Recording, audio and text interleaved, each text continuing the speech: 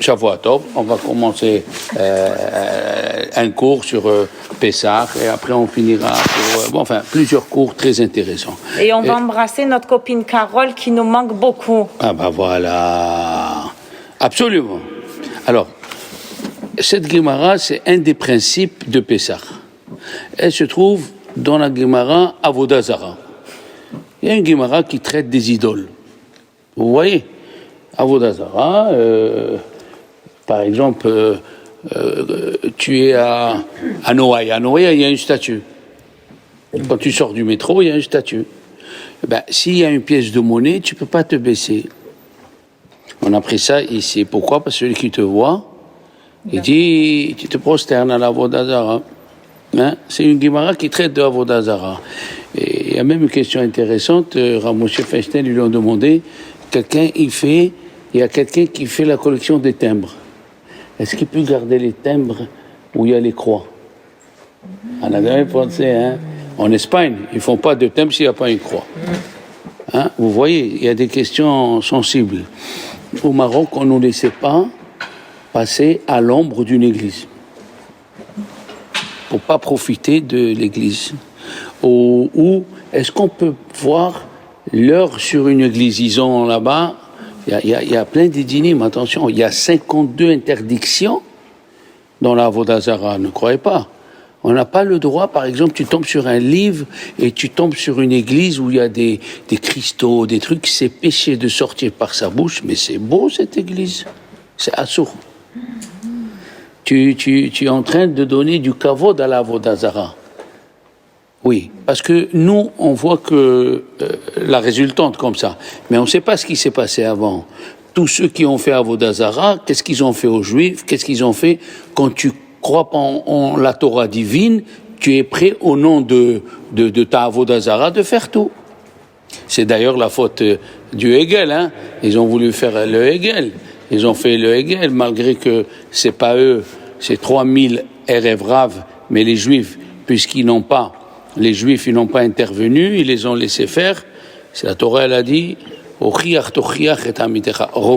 ton prochain s'il fait une faute et ne porte pas de faute à cause de lui. C'est quoi? Deux explications, ils disent Chachamim. La première, tu n'as pas le droit de le faire en temps public. Même quelqu'un qui a fauté, tu peux reprocher ton frère qui a fait un péché, mais tu le reprendras pas en public pour le faire honte. Comme ça, il dit Rashi. Mais la Gemara dit autre chose. Si quelqu'un chez toi, il fait quelque chose de pas bien et tu te tais, c'est toi qui prends le péché. C'est toi qui prends le péché. Attention, s'il se passe quelque chose chez toi, il se passe quelque chose chez toi, Yehudit. Je te donne un exemple, ma fille, il ne faut pas te vexer. Ta fille, elle commence à prendre la Avodah Zara à la maison, la croix, elle se prosterne, tu ne peux pas rester sans parler. Tu m'as compris ce que je dis? Ça, c'est pour montrer ce que ta motivation, elle est bien encore. Parce que toute chose qu'on voit, sachez-le, la personne, voilà, il faut retenir ça, ce qu'il dit à Rambam, la personne, elle est imperméable. Il n'y a rien à faire. Nous sommes des éponges. Les Juifs, tout le monde. Je vous donne un exemple. Chez les religieux à Londres, Mademoiselle Elbez, à 4 heures, c'est tea time. C'est rigolo, c'est tea time. Ils prennent le thé avec un peu de... Les crumpets. Voilà. En France, les Juifs français, ok, on est des Juifs français, mais on aime le fromage et le Bordeaux. Mais c'est comme ça, faut pas chercher. L'homme, la personne, est une éponge et une imperméable. Il n'y a rien à faire. Donc, il faut faire attention. C'est pour ça, le Hegel, le Rabbi Shimon Bar Yochai, il a dit, ils ont fait 12 plus 1. 13 Hegel, ils ont fait. Et le fait que nous, on n'a pas intervenu, alors on a été punis. L'indifférence, c'est grave dans la Torah. Et puis, la deuxième chose qu'on parlait tout à l'heure avec Madame Corinne Thial, c'est que si tu réagis pas, Madame Elbez, tu es influencé. C'est automatique. Et c'est pour ça que j'ai dit, tu vas apprendre quelque chose que j'ai dit, ça fait plusieurs années, on dit Yesiat Misraim. Tu connais ça, la sortie d'Égypte. Mais qui est sorti d'Égypte, Mademoiselle Elbez? Les Juifs. Pourquoi tu dis la sortie d'Égypte? La sortie des Égyptiens. Ici, il va dire ici, At Israël, mi Misraïm. Tu dis dans le Hallel, Betzet Israël, mi Mitzrayim, quand les Juifs sont sortis d'Égypte. Mais tu peux pas me prendre deux mots, tu dis ici At Misraïm.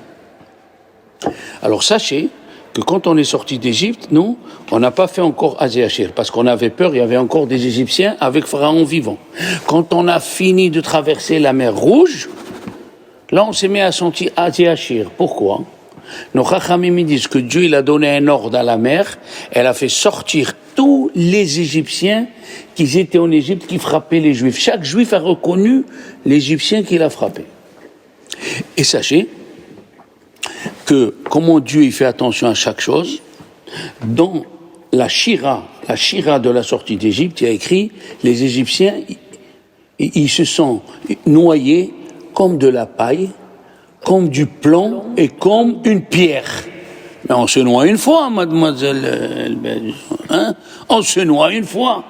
Écoutez bien, dans les Égyptiens, il y avait trois sortes d'Égyptiens. Il y a ceux qui voyaient les Juifs qui souffraient, oui, ils n'intervenaient pas. Il y avait qui parlaient des mauvais mots, sans frapper. Oui, vous êtes une race de chiens, vous êtes une race d'animaux. Ok? Il y avait le troisième, il parlait mal et il frappait. Eh bien, il a donné à chacun la mort selon sa conduite. Celui qui les a fait travailler, malgré qu'il était surveillant, mais il a assisté, il aurait dû se sauver, comme il a fait Yitro. Celui-là, c'est écrit, il est mort comme du plomb. Il est descendu d'un seul coup, il est mort d'un seul coup, il n'a pas souffert. Celui qui traitait comme une pierre, au fur et à mesure, elle descend. Et celui qui a frappé, comme de la paille, il montait, il descendait, il montait, il mourait, il revenait, il mourait. Pour vous dire pourquoi ces trois sortes de morts dans Azéachir Moshe. Comment Dieu fait attention à chaque chose. Quand tu dis bonjour à ta copine, une fois, la femme du Gaon de Vilna, elle avait une copine avec quoi il s'occupait des pauvres. Oui, il s'occupait des pauvres. Et alors, ils ont fait, on peut faire ça, ils ont fait un deal tous les deux. La première qui meurt et qui va dans l'autre monde, après les 7 jours, elle vient voir son ami et lui dit qu'est-ce qui se passe là-bas. Ben oui, on veut savoir. Hein? Après les 7 jours, sa copine, elle est morte. Donc, sa copine est morte. Après les 7 jours, elle est venue dans le rêve chez la femme du Gaon de Vilna. Il lui a dit, dis-moi, qu'est-ce qui se passe là-bas? Elle lui a dit, je vais te raconter une petite chose. Et de là, tu vas comprendre tout. Quoi? Elle lui a dit, tu te rappelles, on était dans la rue, il y avait la femme d'un riche et tu as fait avec ta main, comme ça, elle était loin. Attendez, on veut vous parler, tu as fait comme ça. Il lui a dit, tu sais pas, le Olam Haba que tu as pour avoir bougé ta main. Tu sais pas sur Olam Haba. Alors les autres choses, n'en parlons pas. Dire bonjour avec le sourire, au revoir, encourager les gens, comment tu vas? Oui, Akadosh Baruch Hu, il fait attention à chacun selon ta conduite. Tout ce que tu as, c'est comme ça. Ça c'est parce que alors maintenant on va comprendre. Quand on a vu Ania, les Égyptiens, Yetziat Misraïm, l'Égypte est sortie de nous. T'as compris ce que je veux dire? L'Égypte est sortie de notre corps. Parce que, comme on parlait, tant que tu as quelque chose en toi et tu l'as pas sorti, tu souffres. Quelqu'un qui dit pas Hakol mina shamim, tout vient du ciel. Donc il dit c'est toi qui m'as fait. Qu'est-ce qui se passe? C'est lui qui souffre, c'est pas l'autre. Tu souffres intérieurement. C'est pour ça que Dieu nous a donné Kippour, on sort tout ce qu'on avait. J'ai fait ça, et j'ai fait ça, et j'ai fait ça, mais je sais que tu pardonnes. C'est ce qui est très important de faire le vidouille. C'est une mitzvah, le vidouille, dit à Rambam. À Rambam, il dit, se confesser, c'est une mitzvah. Parce que tu es en train de l'enfouir. Les psychologues, je sais pas comment ils appellent ça, quand tu enfonces, à la fin, ça sort et ça te détruit. Il faut que tu saches que tu t'es mal conduit avec Dieu. Mais il faut que tu saches de l'autre côté que Dieu, il est gentil. Dieu, il est longanime, il pardonne. Mais il faut que tu le sortes. D'accord? Bon, ça c'est Pour Avodah Zarah, il y a plein de trucs. Il y a 52 interdictions. Est-ce qu'on peut manger avec un curry? Bon, mais dans la Gemara de Avodah Zarah, la Gemara nous parle de la cachérisation des ustensiles des goïms. Ok? Alors voilà. Cette Gemara, c'est bien de la voir, et après de là, on va aller, on va expliquer, on va aller vers des terres nouvelles. Voilà. Regardez, je vais aller doucement. Rav Amram, c'était un Rav, c'est dans Avodah Zarah, la page 76. Rav Amram, il a dit à Rav Sheshat, deux grands rabbins. Rav Amram, il a dit à Rav Sheshat, je ne comprends pas une chose. Tu as dit, dans la Mishnah, c'est écrit, que si j'achète des brochettes chez un goy qui n'a plus besoin, il me vend ses brochettes, il me vend sa grille. Quelle est la halakha? Il faut la passer sur le feu. Le feu, il s'appelle l'iboun. Et pas que l'iboun. Il faut qu'il y ait des étincelles qui sortent. Oh, attention. Il faut qu'il y ait des étincelles qui sortent du liboun. Pas juste liboun comme ça. Oui? Tous les ustensiles, la Torah nous a appelés donc Kéli-Midian. Quand on a pris les ustensiles de Midian, là-bas, la Torah nous a appris les halachot. C'est pas dans la partie de Kitté, tu sais? Non, là-bas, c'est autre chose. C'est dans Vaïkra, dans Bamidbar. Alors, Midian, Kéli-Midian, et la Torah nous a dit, tout ce qui est sur le feu, il faut du feu. Tout ce qui est avec un liquide, c'est-à-dire une marmite, où on cuit, on suit la majorité. Apprenez bien, dans les ustensiles, on suit la majorité. Ça veut dire, si la majorité, tu emploies ta cocotte minute avec un liquide, donc si une fois tu as utilisé sans liquide de la viande, tu as fait de la viande à l'étouffer sans liquide, ou une ou deux fois, on ne fait pas attention à ça. On suit la majorité. Et ça fait quelque temps que j'ai appris, sauf la dernière fois. Si la dernière fois tu as utilisé sans liquide et le lendemain tu veux cachériser, ça c'est autre chose. Même si on attend les 24 Ouais. Alors, on va expliquer tout, je vais aller doucement, ok?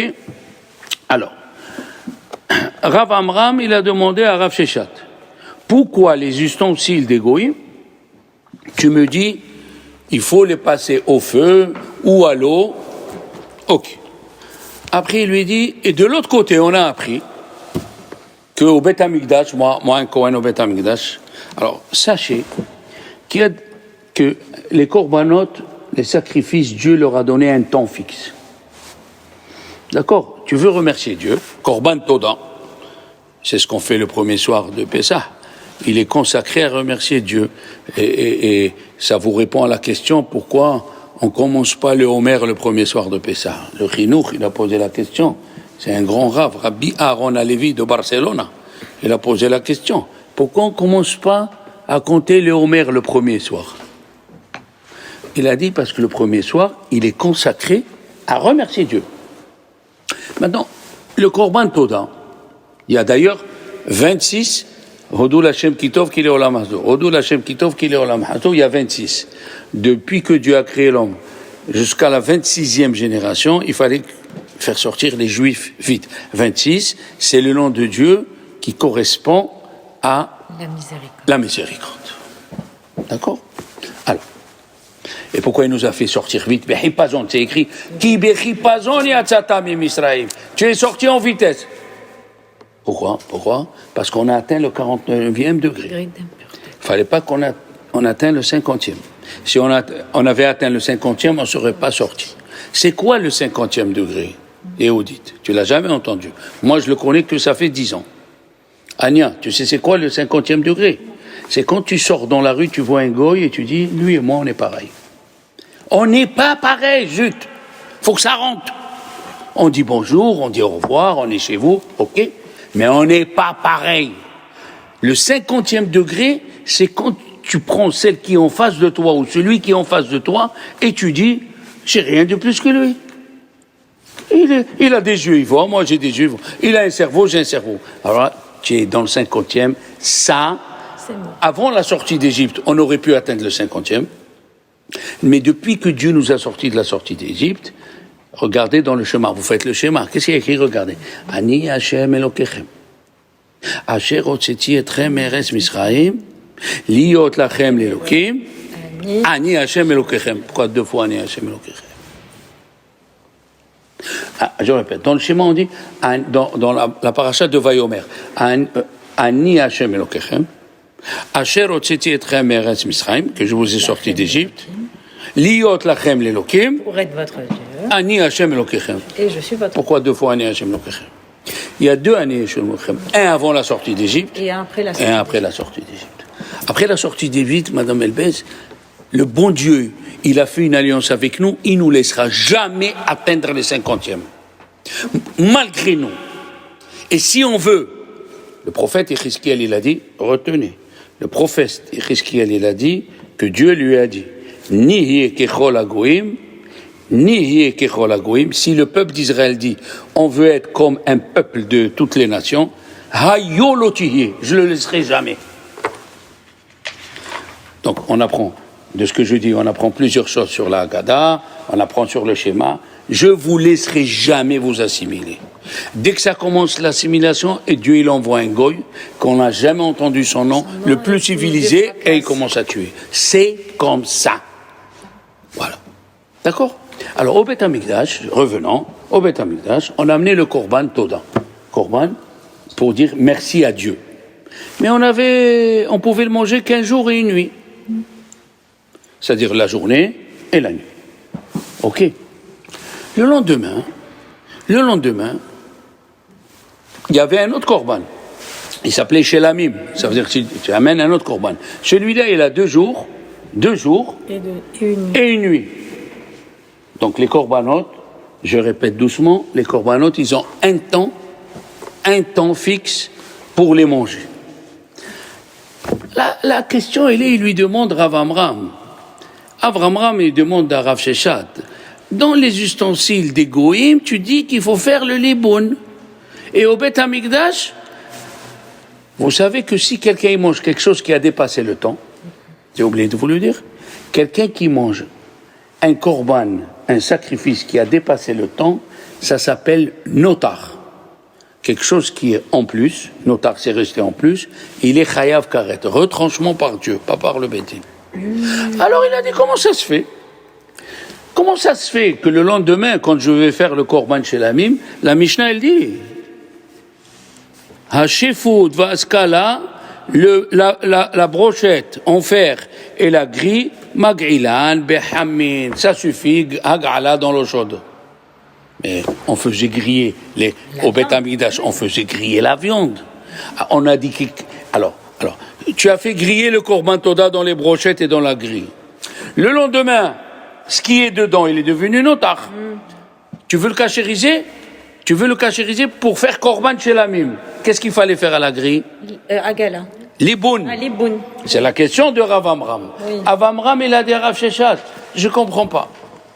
Si c'est les ustensiles d'un goy, la brochette en fer et la grille, si je veux l'utiliser, il faut faire liboun. Et si c'est du Beth Amikdash, Il faut faire Agala.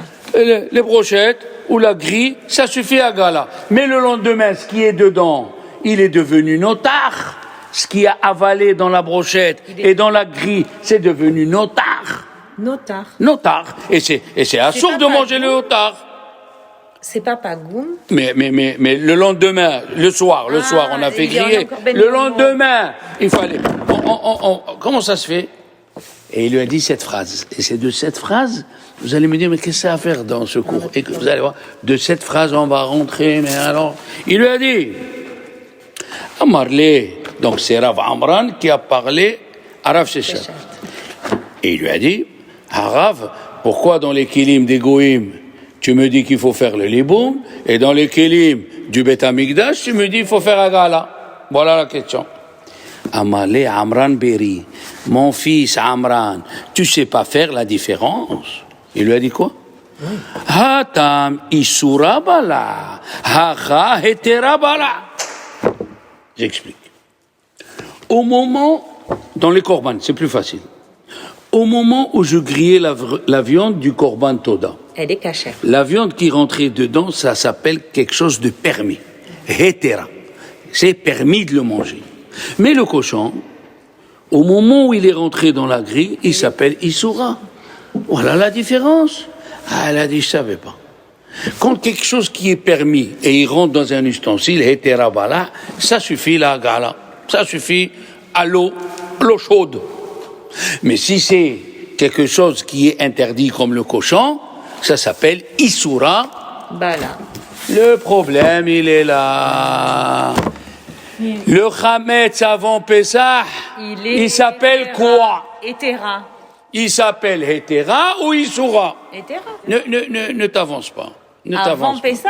Ne t'avance pas. Je m'avance. Avance, mais tu auras tort. C'est pas grave. C'est pas grave. Alors laisse, ça, laisse. j'apprends. Il faut étudier. Il Comme faut ça, étudier. j'apprends. Non, mais c'est pour ça que je te dis, ne t'avance pas parce qu'il faut beaucoup d'éléments de l'Agmara. On peut pas s'avancer comme ça. Alors le Chametz avant Pessah, la Ziza, comment il s'appelle? Il s'appelle Issoura ou Hétéra? On va réfléchir. Ok. Vous savez que Rabbi Yosef Karo, il a basé son livre sur 3 grands. S'il y a quelque chose que vous ne comprenez pas, il faut de suite arrêter, avant que je continue. Vous avez une question? Oui. En fait, tout ce qui est cachère, pourquoi on le recachérise pour Pessah? Qu'est-ce qui est cachère? Le corban du Beth Amikdash, c'était de la viande cachère. Oui, mais le lendemain, ce qui est dedans, il va s'appeler notar. C'est quoi notre Notar, la viande qui est restée en plus, qui a dépassé la date limite. Ah, d'accord. De consommation du corban. La Torah, elle a dit que quand ça dépasse la date limite de consommation, ce qui est dedans, il devient notar. D'accord? Ce qui est dedans, ici, il est assourd.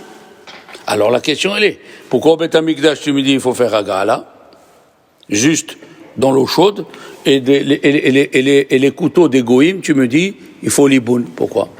La Gemara a répondu, ici c'est Eterabala, et ici c'est Issourabala. Apprenez ces 2 mots, c'est très important. Ici, quand il a avalé Beissour, et ici, quand il a avalé quand c'était Moutar. Après, on va attaquer ce qu'elle a dit. Esther, je le laisse maintenant, parce que sinon on va sortir du sujet. Le pagoum. On va rester. Alors, mais, parce que normalement, il le fait dans Ben Yomo, bien parlé. Maintenant, les enfants, on a posé la question, Chametz, il est quoi? Ça dépend s'il est cachère ou pas, du coup. Mais c'est ça la question. Est-ce que le Chametz avant Pessah, il s'appelle cochon? Ou le Chametz avant Pessah, il est moutard? Tu manges du Chametz avant Pessah. Ah voilà. Lequel, s'il est cachère ou pas, le... Mais Non, le tu n'as pas Chametz, compris. On est avant Pessah, avant aujourd'hui. Pessah, On mange le pain. mange des On pâtes. peut faire une cuisson dans la marmite avec du pain. Oui. Alors, il s'appelle Issour ou moutard? c'est- Vous voyez, ça vous est même pas effleuré. Est-ce que non, tu m'as pas compris. Est-ce que le Chametz? Alors écoutez bien. Voilà, écoutez Oui, bien. mais il change de... Harif, Ah, le riz. Rabbi Yitzhak El-Fassi, qui était un grand rabbin en 1100, un Gaon, et il a écrit dans son livre, dans Halachot Pesach, il a amené la Mishnah des couteaux des Goïm, il l'a amené dans Pesach. Il a dit les couteaux de Pesach, ainsi que les grilles de Pesach, il faut les passer au feu. Parce que la Gemara dans Pesachim, elle n'a pas dit comment cachériser.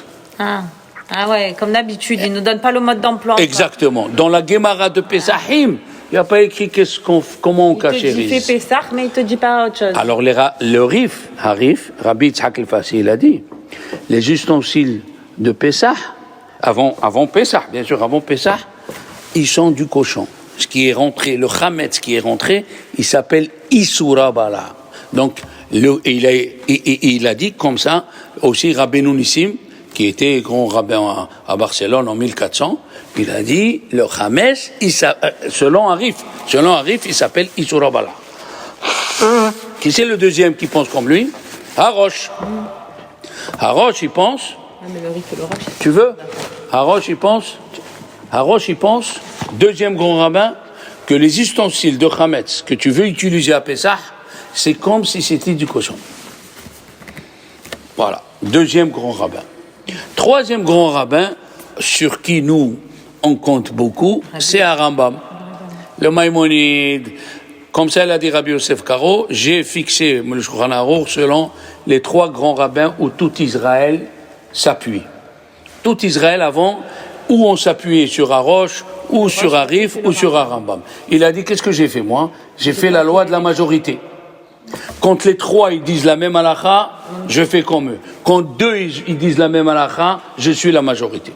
Arif et Arambam, Arif et Arosh, ils ont dit que le Chametz avant Pessah, il s'appelle Isura Bala. Sur cette lancée, sur le Rambam, il y a à boire et à manger. Je vais vous dire pourquoi.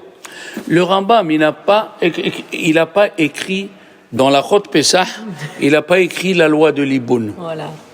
Pourquoi? À Rambam, il n'a pas écrit la loi du Liboun dans la Chot Pessah.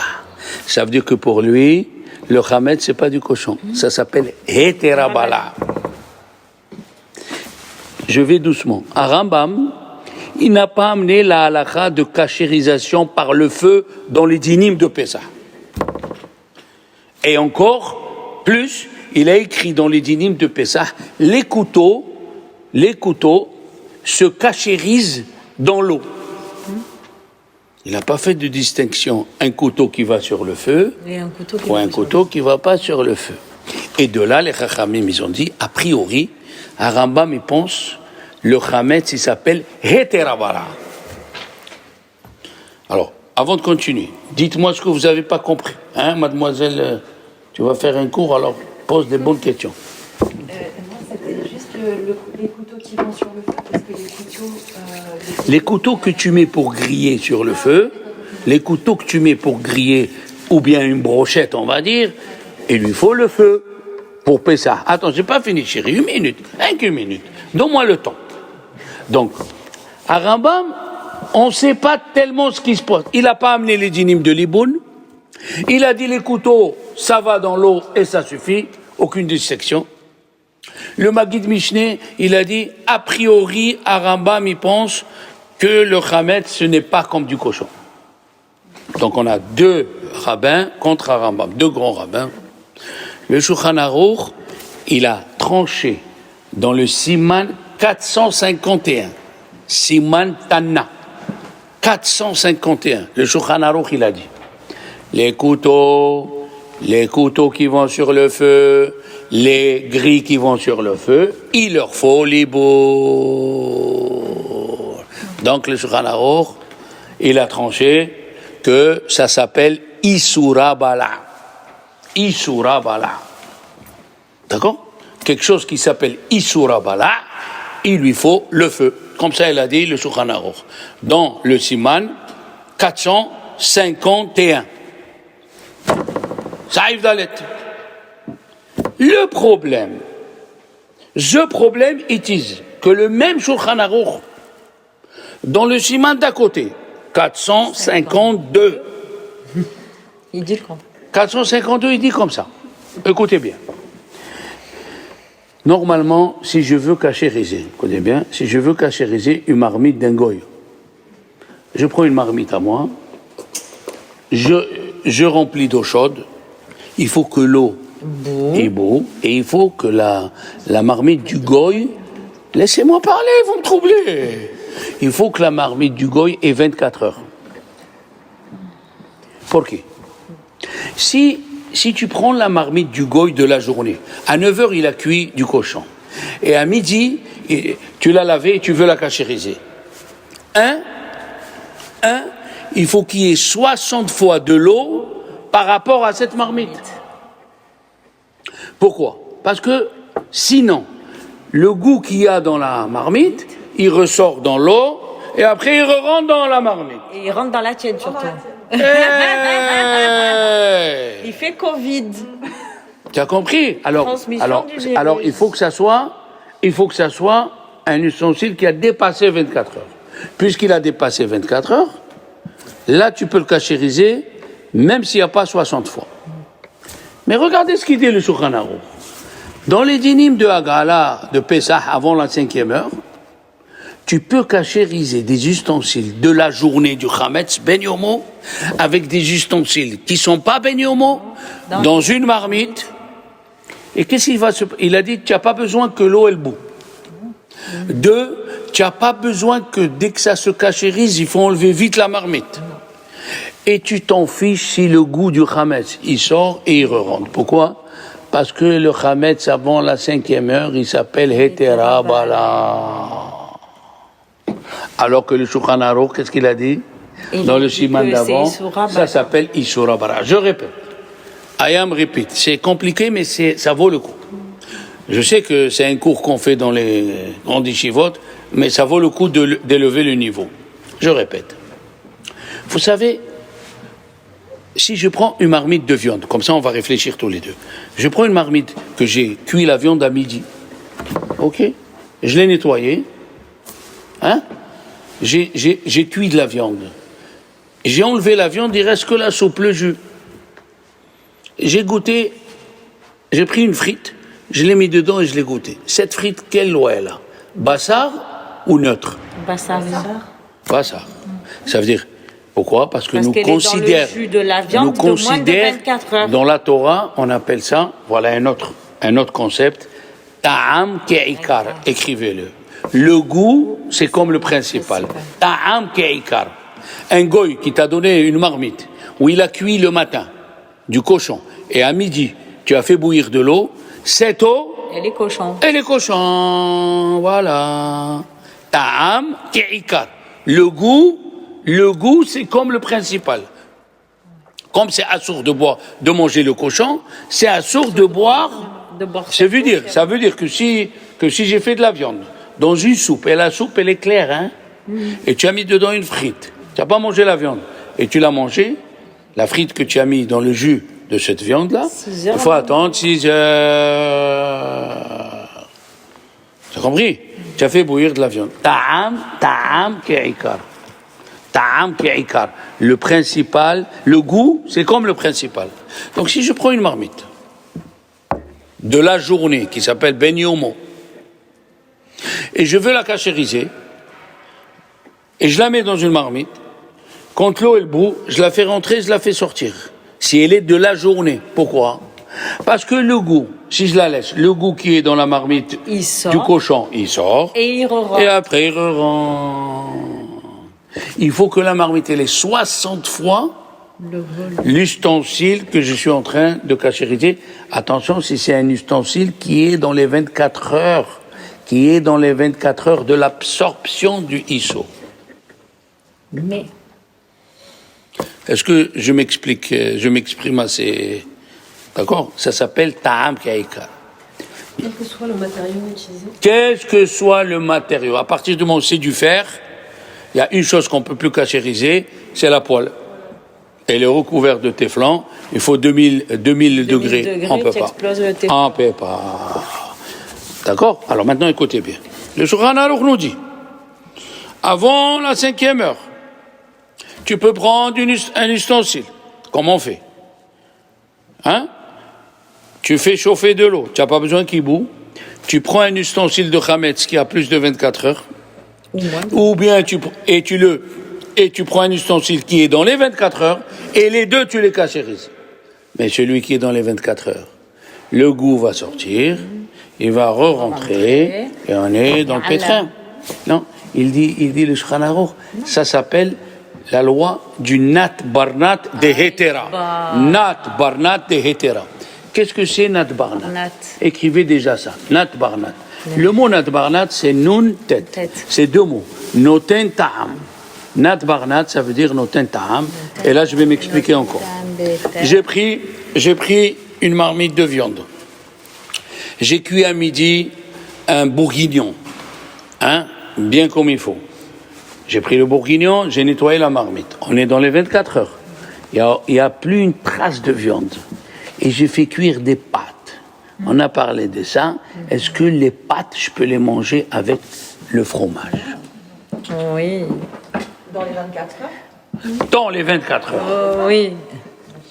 Parce que c'est Nat Barnat. Alors, la loi du Nat Barnat, écoutez bien, si c'est une marmite D'un goy, c'est sûr. ça. Pourquoi? Parce qu'il a cuit le cochon à midi. Nous, on fait cuire les pommes de terre à 5 heures. On est dans les 24 heures. Les pommes de terre sont Ça cochons s'appelle dans tous les cas. Nat Barnat de Issoura.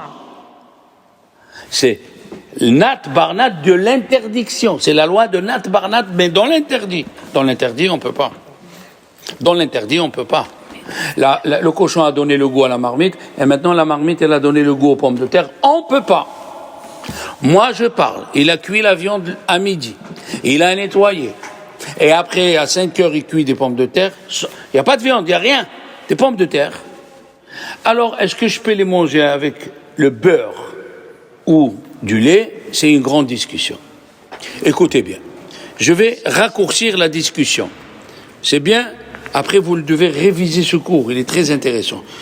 La Guémara nous a dit, dans Choulin, Choulin, c'est la Guémara qui traite de shechita et de viande et de lait et de sang et d'animaux interdits.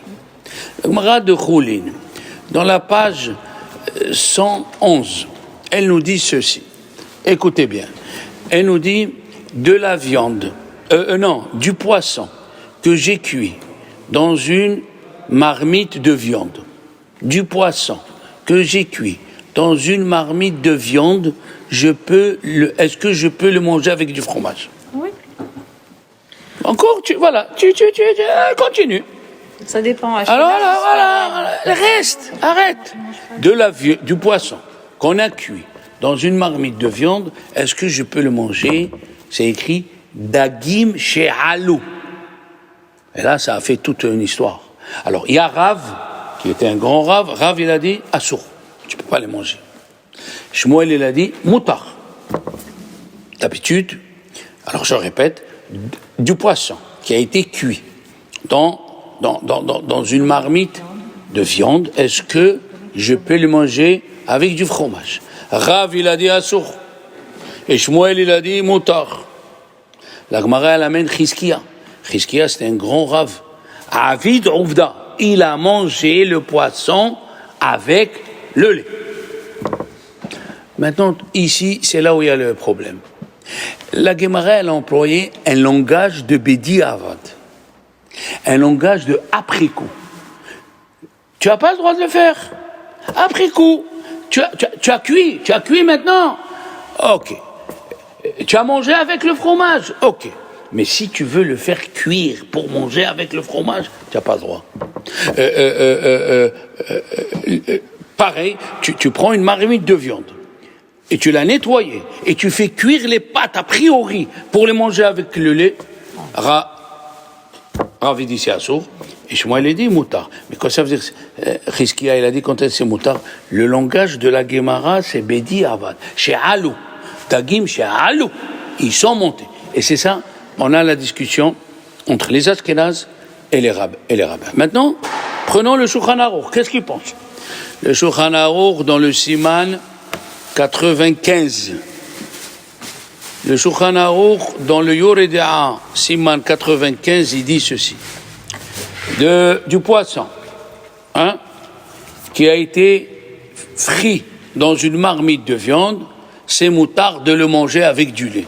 Il a employé les mêmes mots de la Gemara. Ça veut dire Bedi Avad. Pas les Khatril. D'accord? Il y a des grands rabbins qui pensent que c'est Bedi Avad. C'est-à-dire, apprenez ce mot, après coup. Tu as cuit, tu as mangé, pas a posteriori. Non, pas a fortiori. Non, c'est a posteriori. A posteriori, la texaha. A posteriori. Tu l'as fait, bon. Faut pas le faire, mais si tu l'as fait, c'est pas grave. Parce que tu considères ça, tu n'y as pas pensé, t'as pas prévu de le manger pour Ouais, voilà. Oui, mais maintenant que tu l'as fait, Ania, tu l'as fait. C'est dommage Alors, de jeter la... Personne m'a posé encore la question, pourquoi ça serait permis? Eh bien, parce que c'est Nat Barnat. Mais le poisson avec le fromage, déjà, c'est interdit. Oui, non. On n'a pas parlé. Hein? C'est pas l'avis de tout le monde. Je sais pas. La Gemara, elle a dit dans Pesachim, la viande et le poisson en même temps sont interdits.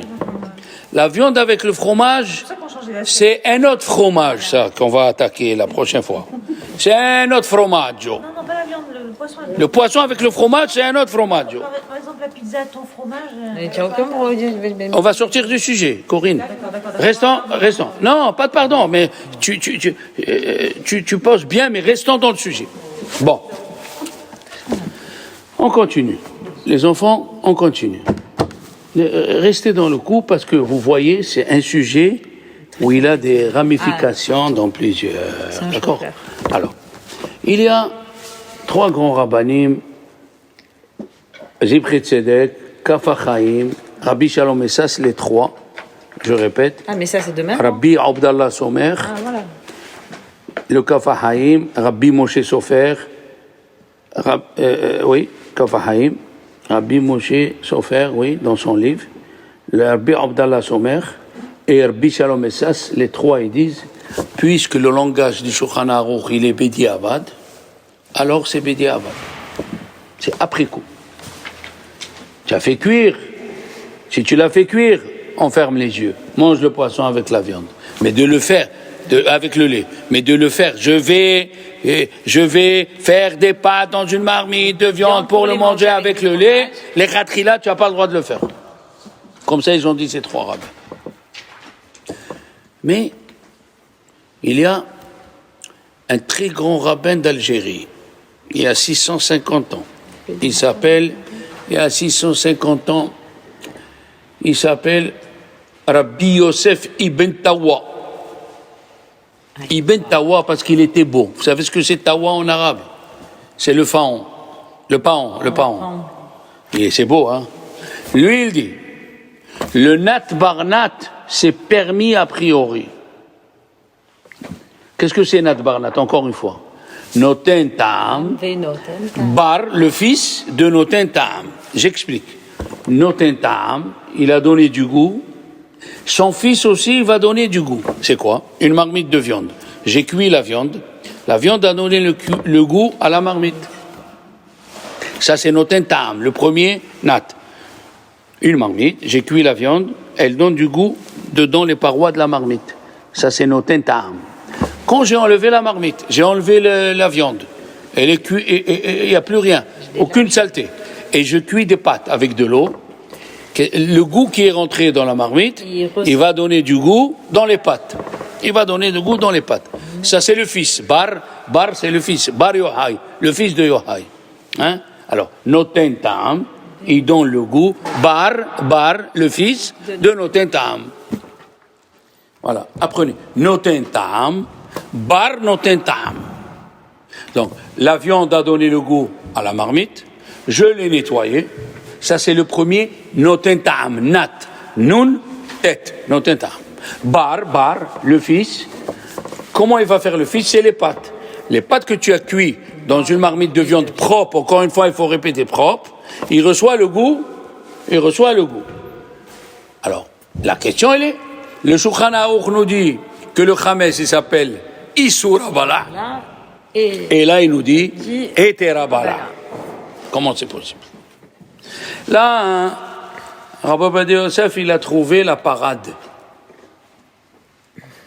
Il est parti chercher un grand rabbin de Barcelone, Rabbi Yom Tov Atzbili. C'était là-bas à Barcelone, c'était Rabbi Yom Tov Atzbili, à Ritva. Il a dit, pourquoi le nat barnat, il est permis dans la viande et le lait? Pourquoi? C'est-à-dire, si tu as une marmite de lait, tu as cuit le lait le matin, tu l'as nettoyé encore une fois, tu as fait des pâtes, et ces pâtes, tu veux mettre dedans du pâté. Tu as droit. Pourquoi c'est permis? Il a dit cette phrase. Parce que le goût qu'il y a dans les pâtes, il est très faible. Le goût de viande qu'il y a dans les pâtes, il est très faible pour donner du goût au fromage que tu vas manger avec. C'est qui a dit ça? Ça, c'est 1/60e? Non. Moins qu'un 160e. C'est autre chose. Toi, tu parles un 160e quand j'ai pris un morceau de cochon qui est tombé dans une marmite de kasher. Là, il faut un 60e. Là, c'est encore moins. Qu'est-ce que Dieu a interdit dans la viande et le lait? Le goût. Faites attention à ce que je veux dire. Il a interdit le goût par cuisson. Ania, tu as entendu, mademoiselle? Par cuisson. Ce qui n'est pas par cuisson, c'est permis, Minatora. Je peux prendre un camembert et du saucisson dans ma bouche, et je les mange. Eh ouais, Corinne. Donc le jambon beurre est cachère. Tu apprends des choses extraordinaires ici, hein. Donc le jambon beurre, c'est permis. Cachère, Minatora. Voilà. Jambon beurre. Tant que j'ai pas Et cuit, le cornichon. tant que j'ai pas cuit dedans, que ça n'a pas pris le goût, pas jambon. Tant que les goûts ne se sont pas mélangés, d'après la Torah, c'est interdit. Ils sont venus les Chachamim, ils nous ont fait les barrières. Tu manges la viande, il faut attendre 6 heures pour manger le fromage. Mais si j'ai mangé, tu n'as pas fait une interdiction de la Torah. D'après la Torah, c'est quand tu as cuit dans la même marmite la viande et le lait.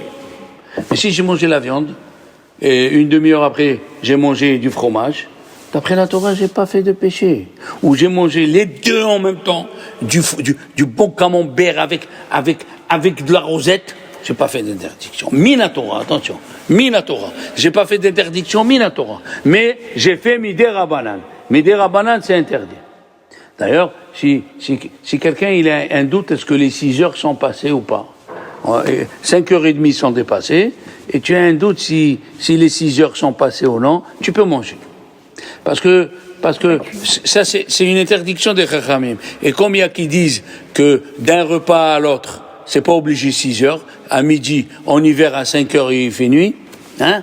Alors, on compte sur plusieurs, d'accord? Pour les enfants, on donne 1 heure après. Pour les malades, ou pour les femmes enceintes, on est vraiment tolérant, d'accord? Alors. Il dit le Ritba, Rabbi Yom Tov Azbili, la viande qui a donné le goût à la marmite. Est-ce que toute la viande est rentrée dedans? Non, la preuve, la viande, elle est là. Donc il est rentré un peu de goût. Ok. Maintenant, quand ce goût, il va ressortir dans les pâtes. Ok. Est-ce que tout le goût de la marmite, il est sorti dans les pâtes? Non. Donc, dans les pâtes, le goût qui a de viande, il est faible pour pas donner le goût au beurre que tu vas manger avec. Est-ce que tu m'as compris? C'est pour ça que le nat barnat est permis. Tu as compris, mademoiselle? Le nat barnat, il est permis parce que son goût, il a passé 2 filtres, il a perdu la force de donner le goût. On ne dit pas ça pour le cochon, attention. On ne dit pas ça pour le cochon. Alors, dans le chametz aussi, il dit Rabbi Ovadia Yosef, quand la marmite, elle a reçu du chametz, oui, elle n'a pas reçu tout le chametz, elle a reçu une partie. Après, quand elle a rejeté, est-ce qu'elle a tout rejeté? Non, elle a rejeté une partie. Mais ce qu'elle a rejeté, comment il s'appelle? Il s'appelle Hétera. Maintenant, quand la 3e fois l'eau va rentrer, ce que j'ai appris hier, la 3e fois l'eau va rentrer et va rentrer dans la marmite. Combien elle va rentrer? Une toute petite. Ça fait 3 filtres. 3 filtres. Ah, c'est un kélish-lichi. Tu as compris? Ça fait 3 filtres. Ça fait nat, barnat, débarnat. Oh. Ah, et là, il n'y a plus de problème, en fait. Nat, barnat, débarnat. Ça fait 3. La chamet, il a donné à la marmite. La marmite, elle a donné à l'eau. Et l'eau, il va redonner à la marmite. Combien il va lui donner? Ouais, 0 presque. Alors, pour la cachérisation, le Rabbi Yosef Karo a compté sur les rabbins qui disent était rabala dans la marmite d'eau. On n'a pas besoin qu'elle soit bouillante, juste 42 degrés. On n'a pas besoin que tu enlèves vite, parce que quand on cachérise une marmite, il faut enlever vite après que tu as cachérisé. Et on n'a pas besoin qu'elle soit plus de 24 heures. Regardez combien de permissions on a quand on fait la cachérisation. Voilà, comme ça il a dit ici dans le Siman Tamad. Tana. 151. Alors après dans Et après il y a 152. Non, 452. Voilà, 452. D'accord, voilà il le dit. Celui qui cachérise les ustensiles avant l'interdiction du chametz, hein, il a avant 11 heures. Il a dit on a le droit.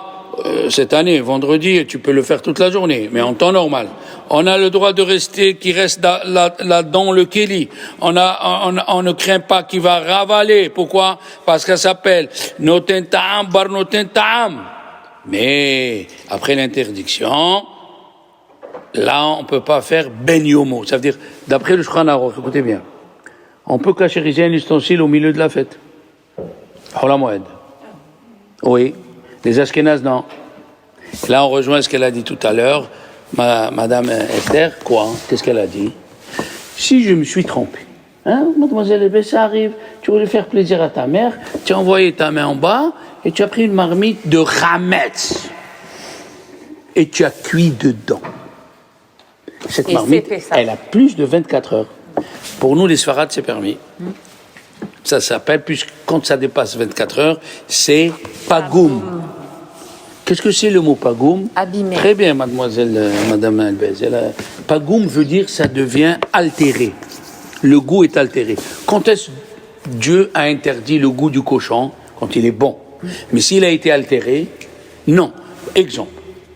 Si tu as pris la marmite d'un goy et tu vois qu'elle a plus de 24 heures et tu t'es trompé et tu as cuit dedans, malgré que tu as cuit du cochon avant, elle a cuit du cochon avant, ça s'appelle pagoum. Le goût est altéré, puisque le goût est altéré, Bedi Avad Chachamim, ils ont permis. Et ils ont ajouté une chose extraordinaire, ils ont dit Stam Kelim. En général, les ustensiles, Stam Kelim. Regardez combien de notions on a appris aujourd'hui. Stam Kelim. Les ustensiles, en général, Enam Beneomam. Ils n'ont pas 24 heures. Sauf les couteaux. Les couteaux, on les utilise 24 sur 24. Mais Stam Kelim, en général, tu demandes un ustensile. Tu demandes un ustensile à ta voisine. Je crois que ta voisine est là à cuisiner dans cet ustensile dans les 24 heures. Tu demandes par précaution. Tu as cuisiné? Pas du tout. Cette marmite, depuis l'année dernière, elle est là. Donc elle a plus de 24 heures. Et, parce que tu n'as pas d'autre marmite pour Shabbat, tu es à la montagne, hein, au chalet des Pervences, là-bas, et alors, tu cuis dedans, tu peux cuire dedans le manger de Shabbat. Un ustensile qui a plus de 24 heures, Bedi Avad, c'est permis. Bedi Avad, parce que le goût, il est pas goum. La même chose, quelqu'un qui s'est trompé, qu'il a pris une marmite de viande qui a dépassé 24 heures et il a cuit du lait. Comme ils disent à Lyon, du lait. Eh ben, il a pas Je suis stupéfait. Du lait, eh bien, il est permis le lait. Il est pas goum. Il faut cachériser la marmite, bien sûr. Mais le lait, il est permis, pas goum. La loi du Nat Barnat, elle est très importante. Tu as ta marmite, ton four, il est propre. Tu as la plaque Corinne, elle est propre. Et tu fais des bourrekas. L'autre, il me dit, chez nous, on les appelle les bourrecs. Non, mon fils, ça s'appelle les bourrekas. Les bourrekas. Alors, les bourrekas, tu les as fait au four. Tu veux prendre ces bourrekas, manger avec le fromage. Selon les Sfarades, good. It's very good. Yehudit, question. Ah, je t'entends pas, tu mets le masque, je te dis. Hein. Déjà, moi, c'est difficile de parler avec le masque. Oui, mais c'est la version migrée. Donc, quoi? La marmite. Mais ça, c'est autre chose. Mais le mikvé, c'est une deuxième chose. D'abord l'interdiction. Oui, d'accord, mais du coup, est-ce qu'on a... On a le droit. Pourquoi? Parce que l'ustensile n'est pas à toi. Tout ustensile qui n'est pas à moi, j'ai pas besoin de mikvé. Eh bien alors... Non, oui, non. Tout ustensile qui n'est pas à moi, prends ta voisine, une Goya, elle a pris une marmite, tu la vois, elle est fermée, tout, neuve, et tu n'as pas d'autre marmite, tu n'as pas besoin de faire mikvé. Comment on fait avec les ustensiles électriques qu'on ne peut pas faire le mikvé? On les donne à notre ami Goya, on lui dit je te les donne et tu me les prêtes pour les restants des 120 ans qui me restent à vivre. Oui, Anya, rigole.